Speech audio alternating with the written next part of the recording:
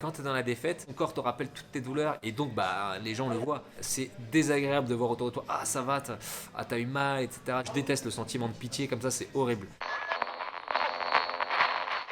Bonjour, je m'appelle Cyril Benzaken, j'ai 30 ans, je suis champion du monde de kickboxing, 68 combats, 55 victoires, 11 défaites. Et on est avec Short Connection.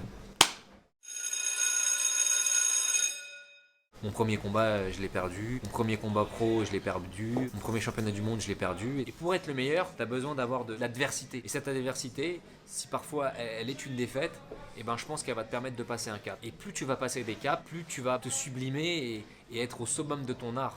J'ai eu une défaite où on a compris que ça venait d'un manque de confiance qui était dû à un positionnement et donc on a tout retravaillé depuis le départ pour essayer de regagner en confiance. La première fois que j'ai eu un très gros combat à Bercy, j'ai perdu parce que j'étais absorbé par l'enjeu et ça m'a inhibé. Ce qui se passe dans un moment de défaite, j'ai juste envie d'être avec une personne, c'est mon entraîneur, parce que lui, il est plus à même de comprendre le sentiment, l'émotion dans laquelle je me trouve.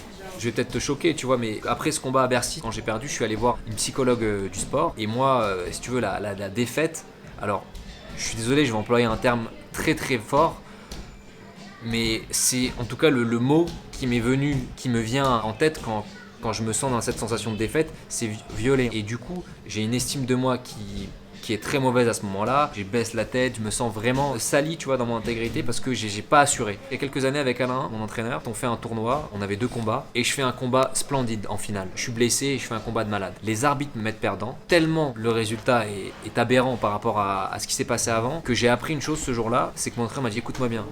Je t'entends encore une fois parler de défaite, je te parle plus. Et en fait, j'ai appris à me dire non mais j'ai gagné. Mais pour être transparent, ce championnat régional dont je t'ai parlé quand j'ai été volé et que donc ça mettait un peu en suspens ma carrière, je n'arrivais pas à dormir, enfin je m'endormais et je me rappelle avec ma copine de l'époque, je me réveillais dans la nuit et je pleurais. C'était un truc d'une violence de ouf. On n'oublie pas ce genre de moment parce que ça a été très douloureux, ça a été très fort. Ça passe, mais ça guérit jamais. Finalement, sur le ring, tu boxes comme tu es. C'est pour ça qu'on dit qu'on est à nu. Et en fait, c'est parce que seulement tu te connais bien et t'as accepté qui tu étais que tu peux comprendre ton style et l'optimiser et ne pas dire voilà, je vais être Mike Tyson, mais tu peux pas être Mike Tyson parce que t'as pas sa vie. La difficulté, elle est là, je pense. On a des exemples, des athlètes qu'on idole et du coup, on veut faire comme eux.